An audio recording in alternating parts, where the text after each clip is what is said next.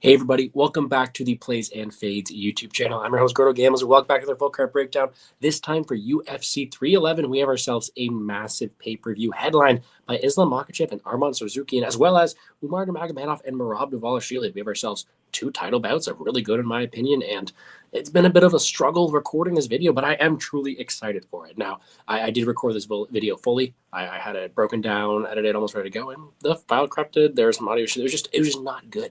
So we're going to do this one live. I apologize for the lack of editing and form and the way it looks. And hopefully the audio and everything is good. Also, we lost a Seinfeld. I don't know what's going on today. But regardless, we do ourselves a phenomenal card. I appreciate you guys tuning in. And let's talk some fights. As always, I'd like to reiterate that you can find my premium content on Establish the Run, where I do a full card breakdown every week with Brett Appley, as well as some extra DFS content, some projections, some rankings, as well as CoolBet. You can check out CoolBet using a 100% deposit match up to $200 or 20% deposit match up to $100 using the code GORDO over there. All is seen in the bio down below. But without wasting any more time, hit the video, hit the like, subscribe to the channel. Let's talk some fights. I've been rambling for a while now because I've already broken down this card, but I do think it's a good one. I am looking forward to it. And, I think there are some good DraftKings plays you want to go out there and target, to say the least. We get the fight night started with the 15-2 Tagir Ulanbekov versus the 8-0 Clayton Carpenter. We have ourselves a larger favorite here, Tagir Ulanbekov, part of that Russian Makhachev club. At 125, this guy is pretty good. He's coming up back-to-back submission wins. I do think he is a very solid wrestler, and he is someone who I do respect a lot in this division. I think he's beatable. We saw him lost to Elliott. We've seen him lose before, and the guy is just maybe the most dominant striker on the feet, but we know he can scramble. We know he can wrestle. And he's facing a guy, Clayton Carpenter, who is a bit greener in his career, a bit younger, and a guy who I really rate pretty highly. He himself can scramble really well. I do think he is a phenomenal boxer on the feet with quick hand speed, but he doesn't have that one area where he completely excels. We have yet to see him face this good level of competition, and I do have to favor the scrambling, the wrestling of someone like Tagir Ulanbekov, who has fought such a good level of competition. Now, in the pure boxing, I might favor Carpenter. So if you give me a close, gritty battle where Carpenter's able to keep it upright, I do think he's live. And for that reason, maybe the line is wide at minus 325 here, but gun to my head, you asked me to pick a winner. It is going to be Tagir Ulanbekov. He is someone who I kind of have to go with going forward here. But I do like Carpenter. I do think the line is wide. And if there's value on anybody here, it's probably the Tagir Ulanbekov side. Now, you look at this on DraftKings, and because I do anticipate some wrestling, I do think Ulanbekov may go a bit underlooked this week. He's 8.9K, coming up back-to-back 119 and 100-point wins. So not a bad box score there. A guy who does have a lot of takedowns, a lot of control time, and someone who can score pretty well. So in a grappling-heavy affair, maybe there's reversals, maybe he's able to do well. He is a guy I'll probably be looking to roster here at 8.9K to be a bit different, be a bit contrarian. Flip side of things, Clayton Carpenter, like I said, line is wide, so I could potentially go to him, but at 7.3K, I prefer other fighters around him that I won't be forcing Carpenter to a lineup. Next up, we have the 12-4 Ricky Turcios versus the 11-3 Bernardo Sopai. And I do think Sopai is a good prospect. We saw him get brutally knocked out last time, but at 24, he looked great in his debut on short notice. He did go out there and I think fight a pretty good fight. This fight was supposed to happen, and Turcio did have some weight-cutting issues, so I hope it does actually materialize this time because I think it'd be a fun fight between the real technical skill set of Sopaj, a guy who's probably more powerful with maybe better wrestling and maybe better power on the feet. There's a guy, Turcio, who is a cardio volume and just a ball of energy. I think makes for a good matchup.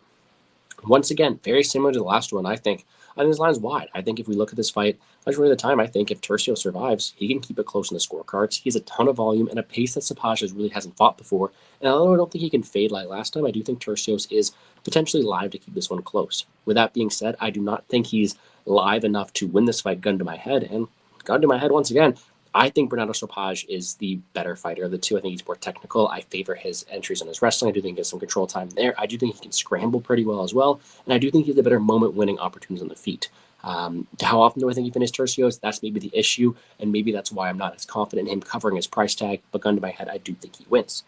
DraftKings side of things, though, 9.3K, I don't think I can do it. He would have scored 80 in a loss last time, scoring 50. A guy who does potentially have some grappling opportunities, but does he have more grappling upside than a Makhachev above him, than a Jailton Almeida, Rinya Nakamura, a Ulanbekov we already talked about? Probably not, so he's really tough for me to get to. Whereas, flip side of things, Turcio, 6.9K, this guy's got a ton of volume. He scored 120 and 114 in his 2 wins inside the UFC, landing 170 and 201 strikes. That's volume, that's pace, and I do think he can survive. So Yeah, I'll play some Ricky Tercio on DraftKings. I like his pace. Again, not a guy I'm picking to win outright, but a guy who I think keeps it close, maybe win more than line and tails, and a guy who I do think has a good volume output to score well on DraftKings. I do not mind him this week. But again, gun to my head for probably the fifth time in this breakdown, I would pick Bernardo Sapage out of the two. Next up, we have the 9-0 Rinya Nakamura versus the 19-6 Buin Gafarov. A pretty fun fight because I do like me some Rinya Nakamura. He is a highly credentialed, highly touted wrestler out of Japan, and a very good one at that. He's able to come off back-to-back wins here, back-to-back wins at the UFC, a quick knockout of Kazama, and then back-to-back decision wins over Vera and Garcia, where he landed 3 and 4 takedowns, really showing that style he has. He is a powerful wrestler. He also has very good transitions, very good submission game if he gets to it as well, and he can box, although I prefer to see him wrestle because that is his strong suit. Moon Gafarov is coming off of a win over Kang, which is kind of saving him here because he did lose his 2 prior ones to that in Castaneda and Sainer Radamedov, but a guy who does have decent power on the feet. He did show the ability to scramble as well last time, but this guy can be taken down. This guy can be outstruck on the feet. This guy can be out cardioed. He's not necessarily the most solid fighter. I think he's pretty well rounded. I think he can strike. I think he can wrestle a bit, but not a guy that I think is that much better than Rinya Nakamura anywhere, let alone the wrestling that I do think Rinya Nakamura has a big advantage in. I mean, Kang was able to have some success against him there. Kang didn't win that fight, but I do think Rinya Nakamura is the way better wrestler. I think he can scramble as well. I think he uses powerful takedowns to land top position, land control time, and win there. And even on the feet, I don't think that the striking Gafarov is that much better. I think it's another setup fight for Rinya Nakamura to have success here. I think he's a big favorite for a reason. He's a pretty good prospect, and I do like it. DraftKings-wise, it's expensive to get him at 9.6, but I do think he's a decent cash play. I think it's takedowns. I think he's able to score pretty well here, and the issue is just the price. At 9.6K, he scored 90 and 85 against not as good opponents, in my opinion. So not a guy I'm looking to target 100% of the time. A decent cash play, but a guy who I do think wins at a very, very high clip there. I favor his wrestling. I favor his metrics in a lot of spots here. And I do think he's better than Wayne Gafarov, and he will be the peak pick this week. And Wood could be value if he does decide that he can go out there and wrestle a little bit.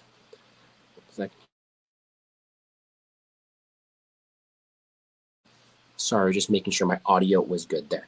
Let's move on to the next one. We have ourselves the 18-6 Carol Rosa versus the 11-2 Aline Perez. Aline Perez, a bit famous for shaking some ass, for a lack of better terms. She twerked on her last victory there. She's done that a lot there. But she's got a big step up here against a girl in Carol Rosa, who has been at the top of this division for a while, is a pretty good fighter, and someone who, although has been alternating wins and losses, has come against a pretty good level of competition. Although Perez is facing lower level competition in wins with Evan Smith, Pudilova, Edwards, and Zelenikova, she's able to go out there and look pretty good. She's landed 2, 6, 2, and 10 takedowns last 4, and that's really her style. It's exactly what Preston is saying there. So it's a little bit of that, and her being a dominant top control wrestler. That's all she wants to do. She doesn't want to throw hands. She wants to go in there and take you down. And in doing so, she's a pretty good wrestler, but that's all she's got. I don't think she's the best cardio, not the best hands. And if someone can stuff her takedowns, well, that's really going to be a problem here. And although Carol Rosa can be taken down, she's going to be the best opponent that Aline Perez has fought by a wide margin. You look at the girls that Rosa's fighting compared to a Zelenikova and Evan Smith, it's Penny Kianzad, it's Irina Aldana, it's Dumont, McMahon, like all these pretty good fighters, and she's doing pretty well with them. Beating Kianzad last time, landing takedowns of her own right, a ton of volume on the feet, proven cardio. I just think I got to favor Carol Rosa now here in the spot here. I actually did pick her in a UFC fantasy league we do, which is nice. But Carol Rosa is a girl who I just have to pick in the spot here. I favor her volume. I favor her cardio, especially because Aline Perez is just not able to get that finish, does tire late. And I do think she has the physicality to make Aline Perez work and tire her out more.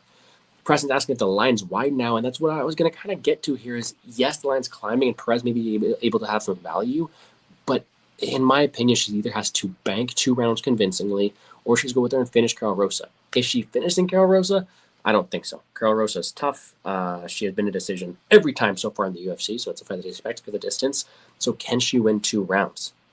Aline Perez has struggled to win that 3rd round all the time. She gets tired. She's able to be reversed here too as well. And you throw in the volume and the damage Carol Rosa is going to have, I don't think she's able to go in that too often. So maybe the line is wide in terms of a close WMMA fight with the judges involved, but I think I have to favor Carol Rosa here. Her volume, her cardio, her proven level of competition, she's who I would pick. DraftKings-wise, though, I do think that Perez could have some value just because of her high scores and her win condition, right? 7.6K for Perez, scoring 108, 109, 88, and 140. Those scores are phenomenal, especially for someone who needs wrestling to win this fight. She's not going to outstrike Carol Rosa. She cannot compete with the volume on the feet. So she needs those takedowns. So that could score very well. Flip side of things, Carol Rosa, I think, is a sleeper pick this week because she's going to be pressed forward. She's going to be forced to exchange. And she has landed over 140 strikes in multiple fights so far. 1, 2, 3, 4, 5, 6, 7 of her fights have gone over 140 strikes. 8 of them, actually. So she is someone who throws a lot of volume. She is someone who is able to go out there and score really well on DraftKings. I think Carol Rosa is a sneaky play 8.6, let alone cash. I think her line value now makes her better too, considering that compared to 8.6, she's a much larger favorite now. And I do think she wins this fight. Give me Carol Rosa.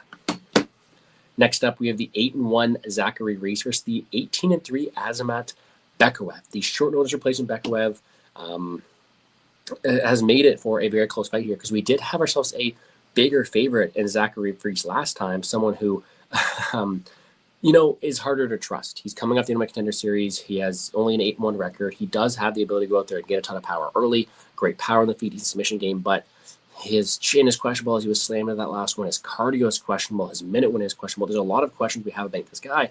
And now he's facing the short notice replacement here in Bekaev, a guy fighting out of American Top Team, a guy who's fought in LFA and done well, a guy who has fought in ACA and done well. So to me, this is a very interesting matchup here because on short notice, I don't think Bekaev is a world beater who should be a -250 favorite over many people, but I've seen him go into the later rounds. I think he has power to hurt Reese, and I just have too many questions about Reese to trust him. So against my better judgment, I'm actually going to pick Azamat Bekaev here. Now, one more time, would I play Bekaev on short notice against a guy in Zachary Reese who is pretty dangerous at -200, 250, whatever his line is now?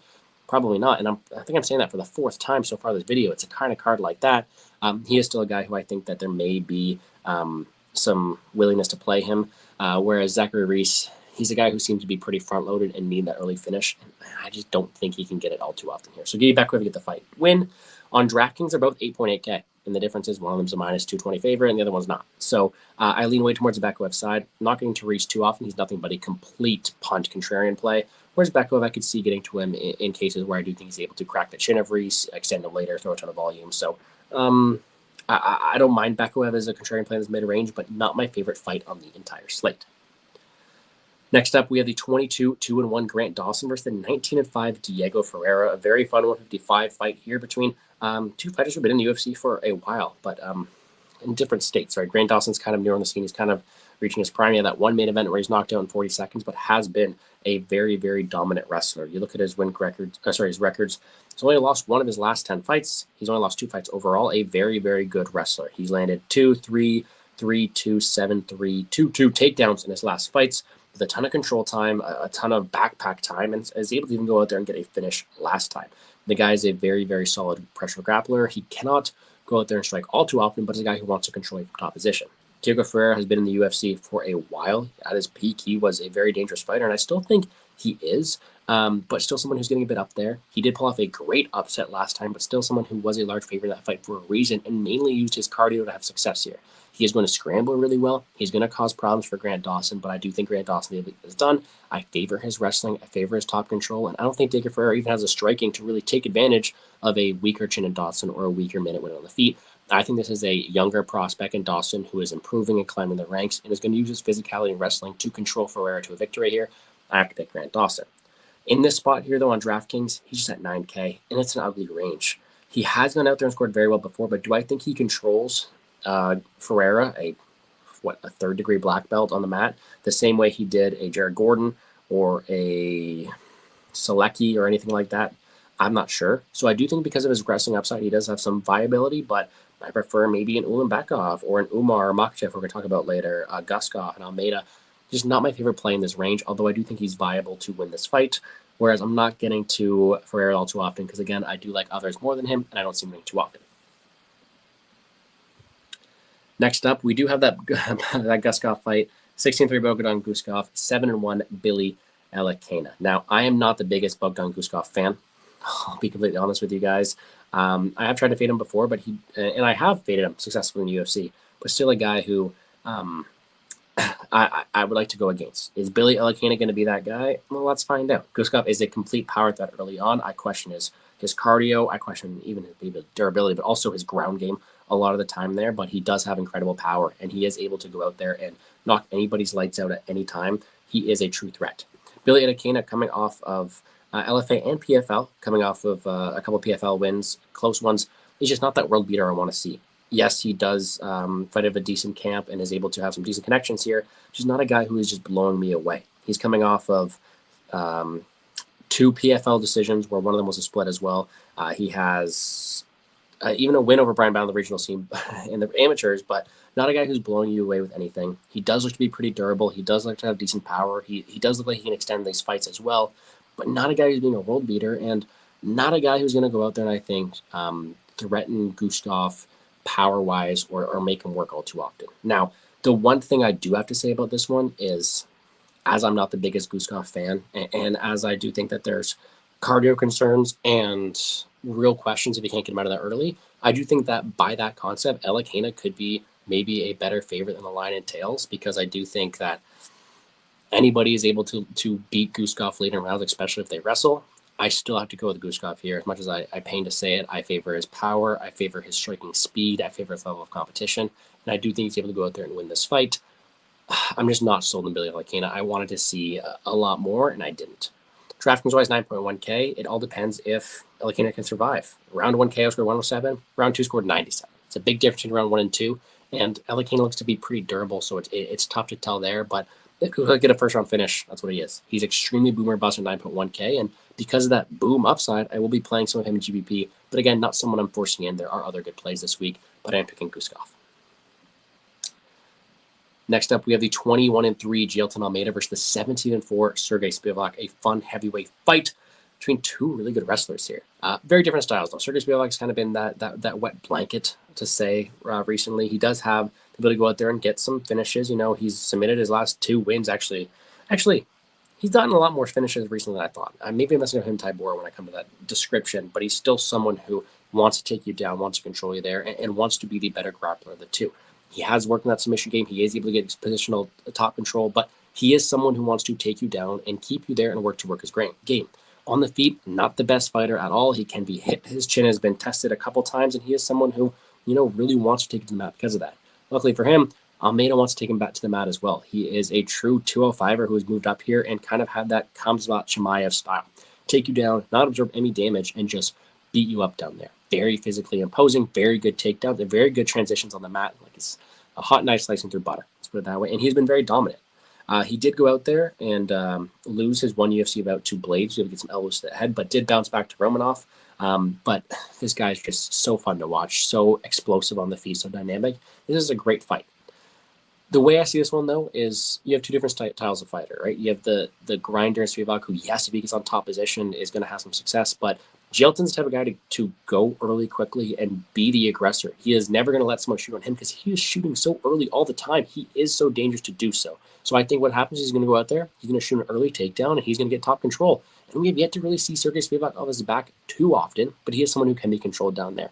Additionally, on the feet, Almeida does swing wild, often to get to those grappling exchanges, but the chin of Spivak scares me. I do think Almeida lands on top position first, and in doing so, he has shown great ability to finish fights, great ability to control people in top position, and I have to pick him to win. The one thing where this does stand out to me, and let me confirm before I speak out of turn here, are the fight odds for this one, right? You do have someone who is a larger favorite here in Jailton Almeida, minus 440. We'll see how that goes there. But he is plus 130 to win by submission and plus 240 to win by KO. I don't mind me some Jailton Almeida by KO. I think a positional ground and pounds in play. I would like to think Sergey Spivak is apt enough on the ground to survive. He typically loses those fights by KOs. Maybe a little stab on KO on Jailton Almeida there, but I do think he's able to get those takedowns first, able to get that finish on top position and look dominant in doing so. And because of that, a solid play on DraftKings has scored, I guess, 100 only his last one. Before that, 134, 104, 125, 120, 113, 118. A phenomenal DraftKings score, someone who goes forward early and often, can land multiple takedowns, can look for that finish at all times, and a great DraftKings play. I love me some Jailton Almeida this week. Again, a very solid top range, but a guy I do like, and I do think that an Almeida Mall is coming. Then on to the prelim headliner, we have ourselves the 9-0 Peyton Talbot and the 18-5 Raoni Barcelos. A shorter breakdown here because we do have a Peyton Talbot fight.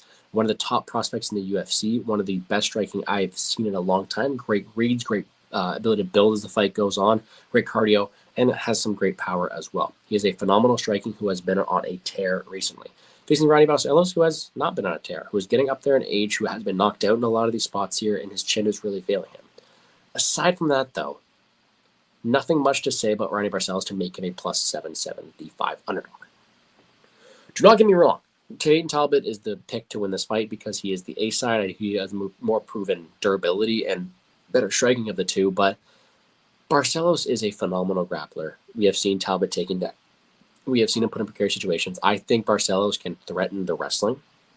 I think Barcelos is someone who, if it does make it to the ground, can cause some disruption, but I still can't pick him to win. I think that maybe the Barcelos by subline is wide, maybe his line in general is wide, because this guy is definitely way better than the fighters he fought before, and none of them have been this big of an underdog, but I have to pick Peyton Talbot. I do favor... Oh, well, there goes my screen. I do favor his durability in the spot here, and someone who does go out there and show a lot of aggression in the striking as well is going to be the guy with more proven durability. So give me a guy like Peyton Talbot. DraftKings-wise, though, 9.9K. Do not remember the time we seen someone this expensive. Yes, did go out there and score 130 last time, but that was, again, in a quick win bonus. He's so boomer bust, but he scored 68 in a third-round submission win before. Like, this guy is by no means a lock to make the optimal lineup, especially at that salary. I don't know how I'm getting to him, genuinely. I do not see that score too often at 9.9K. There's too many good scores. Nakamura, Almeida, Makhachev, Umar, too many good scores. I am going to be very low on Talbot. If anything, it's like 5 to 10% of him. Just like that's how low I am on him this week. I just do not think his style allows him to make the optimal lineup this week. And that's his price tag does not allow him to make the optimal lineup, let alone his price tag. So just not a fight I want on DraftKings. Am I playing any Barcelos? That's a different question. Probably not as well. But again, I don't think it should be 6.3K, and it does allow for some pretty funny builds. So give me Peyton Talbot to win. I do think he's able to win by KO, but I do think that if he gets to the ground, it could definitely be dicey. So a very, very fun fight, to say the least. Now on to the main card. We do have ourselves the screen back up here. The 26-12 Kevin Holland versus the 18-2 Reinier de Ridder. Striker versus grappler matchup. I'll put it that way. Reinier de Ridder is a phenomenal grappler. He went out there, looked really good against GM3 last time. Yeah, a couple of controversial, or not controversial, but precarious situations he put himself in, but was able to out-scramble, out-grapple, and look very good doing so, and able to get that third-round finish. Kevin Holland, big mouth's been in the UFC for a while. We know him as the guy who's always taking fights, being very entertaining, and a very, very good striker, let alone a decent darts, but we'll talk about that in a second here. A guy who wants to strike, will be the better striker of the two, the more proven cardio, the more proven level of competition, and a guy who has been very, very good, except for a guy who has been taken down and has been controlled in a lot of these spots here. So it is a very interesting matchup, a guy who struggles on the ground, but is very good on the feet, versus a guy who is great on the ground and struggles on the feet. Now, I think a lot more intangibles are on the Kevin Holland side. And I actually am going to pick Kevin Holland to win outright. I think that he's got the better power, more proven cardio. I think he's also doing a lot better at this weight class, keeping up. I do think he will try to keep his feet, find the feet, and he can stay safe in the mat. He's a pretty good grappler. But I do think the winner in this fight, in hindsight, looks like minus 400. It's either going to be us saying, wow, we really didn't think that Kevin Holland was going to knock out this guy who has cardio issues and who's given up in fights before, who is not on the same level the guy Holland's fighting, or we're going to say, wow, we really thought Holland was going to, stay on his feet in this one, a guy who cannot defend a takedown. Like, the winner is going to look like the hindsight big favorite. So I picked Kevin Holland here. I'm not as confident in it. I don't think I want to touch this fight from a betting perspective, but DraftKings, I will play it because it is fun. Takedown upside on de Ridder at 7.9K makes him an intriguing option. I do think he's going to be very popular this week, and I will play some of him because of his dog salary, his line value, and his path to victory. But Kevin Holland, I really do like him as well. I do think he has a lot of volume on the feet. Has historically not scored very well, but I think his box score may deter people from him. The line value in de Ridder may give you some contrarian upside on Holland, and I like him to get different this week. On to the next one, though. We have ourselves I really like this fight. The 25-1 Renato Moicano versus the 22-6-1 Beneil Dariush. Now, Money Moicano making waves recently. He's got his podcast. He's got great interviews. The guy's great. We love ourselves Renato Moicano. He has gotten great wins, even as underdogs. He's been on a very, very good streak. But Dariush hasn't been on that same type of streaks. He is coming off of back-to-back KO losses to Oliveira and Tsarukyan, the two number one and two competitors in this division. But aside from that, has been on a phenomenal win streak. Other than that, wins over Gamrot, these great level of competition. We know that Beneil Dariush is a top lightweight here and a very, very good fighter. It's his chin that has been failing him. And with two fighters going in opposite directions, Moicano winning main events, Dariush being knocked out, it is easy to see why Moicano is a big favorite here. We also like to know that he is a very, very good wrestler. He's able to have success. But I got one bet so far this week, and it is a play on Beneil Dariush. And that's just what it's going to come down to. Let's get the cat out of the bag for this one, right? Beneil Dariush, I think, is a fighter that his chin can definitely cost him. And I'm aware that he can be knocked out in a lot of these fights here. But that's not how Moicano wins, right? You look at the fights that Dariush is losing, he is getting pressured, he's getting knocked out, getting his chin fought. Every time people want to scramble with him, wrestle with him, he is a phenomenal scrambler, a phenomenal counter wrestler, a decent volume striker with minutes on the feet as well, and I do think he's going to give Moicano problems. Yes, Moicano looked great last time against Bonas Saint Denis, but when have we ever seen Dariush controlled on the ground or put in those precarious situations? I think he can very well keep his own on the mat, let alone the fact that it's not like Moicano has a perfect chin either. So in a bout where Dariush has great counter wrestling, great counter striking, and Moicano really struggles to win optics on the feet as well, I'm going to pick Dariush, especially at a plus 165 price tag, which is what I got him at. I like me some Beneil Dariush. I think he can win minutes on the feet, and he can scramble very well. I think he can also cause problems if you put Moicano on his back as well, let alone the fact that although Dariush has some durability concerns, I think Moicano does as well.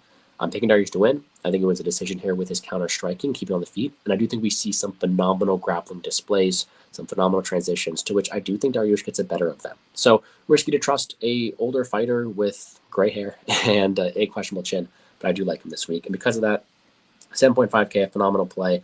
Only scored 66 on DraftKings last time against Gamrot, but I like the ability to score potential reversals to get some strikes in on the feet. And I do think that, even Moicano's a guy who can be hit here as well. So I'm on some Gamrot this week. Some Beneil Dariush this week. I do think he's able to go out there and have some success, and I do like him as underdog. Flip side of things, though, I do think that if Moicano wins, it's dominant, and it does score very well. So although I'm picking against him, I will have some Moicano as well, because at 8.7K, he scored 108, 115, 97 in his last three. He does have a style that scores very well, so I do want to cover my bases, although I am picking some Beneil Dariush for the upset here. We then have Jiri Prochazka 35-1 versus the 12-2 Jamal Hill, and I think this is the hardest fight to call on the entire card, just because both these guys are wild cards. You have a guy here in Jamal Hill, phenomenal boxer, sweet dreams, but a guy who's kind of gone off the rails a bit recently, and a guy who hasn't been knocked out, versus a guy in Jiri Prochazka who is the wild man. He's got an antenna on his hand. He's a samurai who trains in the trees. And that shows in fights because he throws all technique out the window and he does some crazy stuff. He looks to break you. He pushes forward, lands heavy, and he broke Rakic in that fight. He's broken Dominic Reyes before he breaks people. And in a spot like this, it's easy to say that Jamal Hill has the better striking. It's just, can he withstand the warrior spirit of someone like Jiri Prochazka? And I think that I think if I had to pick, I think he actually can. Now, do I trust Jamal Hill or necessarily like him? Maybe not the most. I do think he is getting a bit outrageous with the things he's saying online, all this kind of stuff, and maybe CTE's going on, so I don't know. But a guy who is a very good counter boxer, I like his power, and Jiri, although he is fun to watch, is able to break people, is there to be hit, is there to be countered, and it is very aggressive for this stuff, and has been knocked out in his own right. So, although I'll be cheering for Jiri Prochazka probably, I'm picking Jamal Hill to be the better counter striker and the better boxer of the two, although I do admit that Jiri is going to cause him problems. DraftKings-wise, this closest fight in the card, both of them being at 8.2 and 8 on DraftKings, is a great play. I do think this fight ends by knockout, whether it be Hill probably early or Jiri later as he builds and looks to break him. I think both of them would score well. 103 last time against Rakic. For Jiri, I see a similar path to victory here, whereas Jamal Hill has early knockouts before, scored 102 against Walker, 126 against Crew. I think either one of them could score well. I think one of them getting served. So give me Jamal Hill in what I think to be a very, very close fight here. On to the co-main, we have the 18-0 Umar Nurmagomedov versus the 18-4 Merab Dvalishvili. The bantamweight title bout. This is a fun one. Now, so many things going on with this one. I love Merab Dvalishvili, especially because he is DraftKings Gold, which we'll talk about shortly here, but a very aggressive wrestler, a guy who has defined all things, and now he's the machine going up against the undefeated Umar Nurmagomedov, the prospect out of that Nurmagomedov camp. And what's funny about him is, yes, he's got that Nurmagomedov name. Yes, he can wrestle, but he can strike phenomenally as well, which I do think is something that really goes overlooked here. Now, he's a big favorite, and there's so many ways to look at this fight. But what it's going to come down to is we have yet to see Umar Nurmagomedov really tested or pushed to his limits against someone with the style Merab, because no one's able to replicate that style. And until we go out there and watch them face Merab, it's hard to have much conviction on either side. I mean, Jan was a similar size favorite to the way that Umar is right now, and Merab made him look horrible. Now, the difference is in that one is that Umar is also a great counter wrestler, doesn't be striking on the feet. So it's hard not to favor Umar because he does have all the intangibles. I think he's the way better technical wrestler, the way better scrambler, the way better kicker and striker, and a guy who is just the way better fighter, I think, in my opinion. But the pace, the cardio, the pressure, something like Merab is something that is hard to predict. So this fight is one that I'm going to call a question mark, and one that I'm going to say there is definitely some viability for Merab to win this fight, but I do have to pick Umar. I favor his striking. I favor his counter wrestling. I do think, while fresh, he's probably the stronger fighter of the two, who is also able to scramble better and potentially threaten a submission towards Merab. However, if this fight gets around 4 and 5, I think there's some viability in Merab, a guy who is just uber aggressive and will look to push the cardio and make for a great fight. Because of that, a fight I really want to see, a fight that I do think there's viability on DraftKings as well. I'm picking Umar. I do think he wins. But to see Merab at 7K, a guy who scored 137, 111, 167, 163, one of the greatest DraftKings score of all time, at 7K is a bit crazy. In a loss, and then you can throw up some wrestling volume as well. It's so hard not to click him. He's landing over 11 takedowns in 3 of the last 10 fights. He also averages a ton of strikes. His pressure is unmatched. I do think to win this fight, he is going to have to go forward. So 7K Merab is very enticing. However, on the flip side of things, if Umar wants to win, it's going to come with probably takedowns of his own right, a lot of striking, and a lot of engagements, because Merab is not going to let you sit at range. He's going to push a pace. Because of that, I do think he's viable as well at 9.2K. It's a phenomenal fight. The pace is going to be great. He himself averages 110 fantasy points per fight. I'm picking Umar to win. However, I do think both sides are viable on DraftKings. I think Merab, if he takes this late, could cause some problems. And this guy, I do think this could be one of my most highly anticipated fights, because the way you look at it is Merab's not going to win this fight without pushing forward, and he's going to be the one forcing exchanges. How can Umar react with exchanges for 25 minutes, or can he get him out of there early? It is a great test, a great matchup, and I really am looking forward to it. Finally, we have ourselves the main event, the 26-1 Islam Makhachev, the 22-3 Arman Tsarukyan. Another phenomenal fight here. The champ Islam Makhachev, pound for pound, guy who's looked phenomenal recently. Nothing you can do to discredit him. Also out of that camp as well. Versus the challenger here, Arman, who has looked great in his own right, whose first fight between the two really caused problems for Makhachev as well, and a guy who has looked like he is ripped for this fight, and he's training hard. And there's so many good storylines and narratives about this fight. At the end of the day, I think it's going to be a great scrap. Again, this can be a very similar thought process to a lot of the earlier fights in this card, as if I'm going to come out right away and say, gun to my head, I'm picking Islam Makhachev. I favor his strength, his size, and I do think the more likely the two to end up on top position is Islam Makhachev. And for that reason, I think he retained his belt if I had to pick.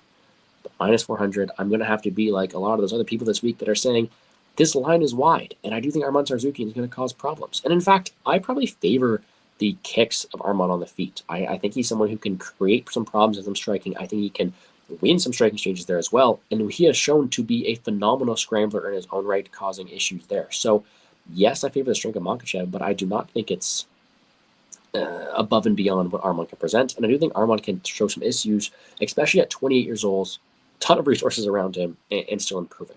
Because of that, again, the line is wide, but gun to my head, I do pick Islam Makhachev. I just think that no matter what way we cut it, it's going to be a close fight. Like, I don't think Makhachev steamrolls him, and for that reason, can he cover minus 400? Is he going to take him down and control him every single round? Is he going to submit him?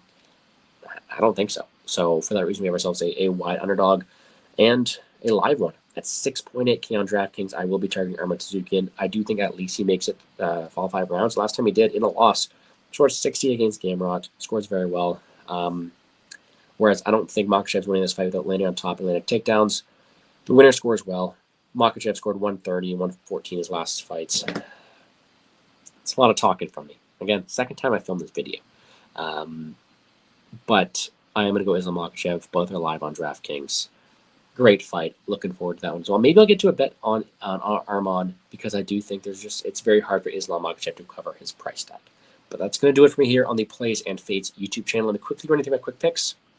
We are very favorite heavy this card, unfortunately, just because of a lot of these wide lines. These are my gun to my head picks, not the value side of them. Gun to my head, I'm picking Islam Makhachev, Umar Nurmagomedov, Jamal Hill, Beneil Dariush, Kevin Holland, Peyton Talbot, Jayden Almeida, Bogdan Guskov, Grant Dawson, Azamat Bekaev, Karol Rosa, Rinya Nakamura, Bernardo Sopaj, and Tagir Ulanbekov. On DraftKings, when we look at the matchups I'm targeting the most, well, there's a ton of matchups I want to target up top, whether it be the Makhachev Tsarukyan one, which I mentioned, whether it be the Umar Dvalishvili, that main and co-main are phenomenal plays from both sides because the underdogs in 5-rounders could score very well. Up top, I'm also targeting that Almeida at 9.5K, as well as I do think that Ulanbekov at 8.9 is very sneaky in a fight that I do anticipate a lot of scrambles. In the mid-range, Bekaev 8.8K. Moicano, if he wins at 8.7, is going to score very, very well. And my favorite contrarian play is the 8.6 Karol Rosa. I also think that Hill and Prohaska are going to throw down, so that could be a viable play, as well as DeRitter with some line value, but underdogs. I think that Dariush I picked him to win, and then therefore a solid play. I think that Merab and Tsarukyan, as we mentioned, could be some decent plays. And the volume of tercios against Sopaj, the longer it goes, could score very well in his own right. All plays that could score well in cash. I do think it is a tricky slate, but one that I very much do enjoy. Again, I've probably talked for like an hour and 15 minutes on my own to a camera screen. The first 45 got deleted. And here we are, 36 in. I appreciate you guys joining me. Just saying, plus 700 is tempting. I agree. I very much do agree. He's a powerful guy. The one-time Makhachev lost, knockout. I do like that as well. Corey, appreciate you tuning in. Thank you very much. Again, short notice announcement for the live streams. For those joining me, I do appreciate it. For those joining me after the fact on YouTube, again, hit the like button down below, subscribe to the channel. The videos usually look a lot better than this. What I will say is tomorrow we'll be going live on Established Run, and Friday, check me out here. I'll be posting a quick 2-minute videos on my best bets, my favorite bets in the entire card, brought to you by CoolBet. As always, use code Gordo there. But I appreciate everybody for tuning in. I wish you all the best of luck in all your DraftKings and betting endeavors this weekend. Check me out on Twitter at gamblesgordo. If you have any questions, I'm happy to talk some fights. Enjoy this phenomenal pay-per-view, guys, and let's make some money, guys. Peace.